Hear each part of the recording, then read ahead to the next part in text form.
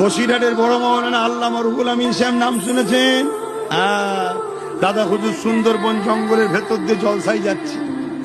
অনেক ছোট ছোট গ্রাম থাকে না, এখন তো আমাদের ঘরে নিয়ে গেলে দামি দামি গাড়ি করে নিয়ে যায়, তখন তো গরুর গাড়ি আর সে আজকালকার মতো উন্নতও নয়, গরুর গাড়ি করে নিয়ে যাচ্ছে। দাদা হুজুর আছে, বসিরহাটের বড় মাওলানা আল্লামা রুহুল আমিন সাহেবও রয়েছে, যাচ্ছে। হঠাৎ গরুর গাড়ির যে চালক, সে তো লাভ মেরেই ওই যে গরুর গাড়ির ভেতরে কি থাকে ওটাকে বলেন না, ছাউনি, ওর ভেতরে লাভ মেরে ঢুকে পড়েছে। কি হয়েছে রে বাবা? হুজুর দুটো বাঘ সামনে, গরু তো লাফালাফি শুরু করে দিয়েছে।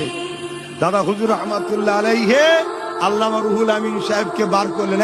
বাবা রুহুল আমিন, মুখটা দেখাও না বাবা, একটু দেখাও। রুহুল আমিন সাহেব মুখটা দেখিয়েছে। দাদা হুজুর ভেতর থেকে বলছে, তুই জঙ্গলের বাঘ আর রুহুল আমিন হলো আবু বকরের বাঘ। জোরে বলুন সুবহানাল্লাহ। দুটো বাঘ দুদিকে লাভ মেরে পালিয়েছে। জোরে বলুন সুবহানাল্লাহ। গল্প শোনাচ্ছি না, ওলিদেরকে এই পাওয়ারটা যিনি দেন তিনি কে? বাঘকে যিনি সৃষ্টি করেছে তিনি কে? অতএব আল্লাহর ক্ষমতা সবার উপরে।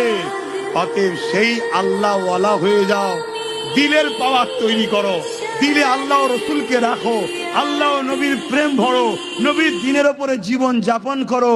পৃথিবীর যত বড় সুপার পাওয়ার হোক না কেন, তোমার কাছে সব ভাই পরাজিত হতে বাধ্য হবে। কেন? তুমি যদি হকের পক্ষে থাকো, তুমি যদি আল্লাহ রসুলের পক্ষে থাকো, তুমি যদি জালিম না হও, তুমি যদি মজলুমের পক্ষে দাঁড়াও, আমার আল্লাহ তোমার পক্ষে দাঁড়াবে। জোরে বলুন সুবহানাল্লাহ।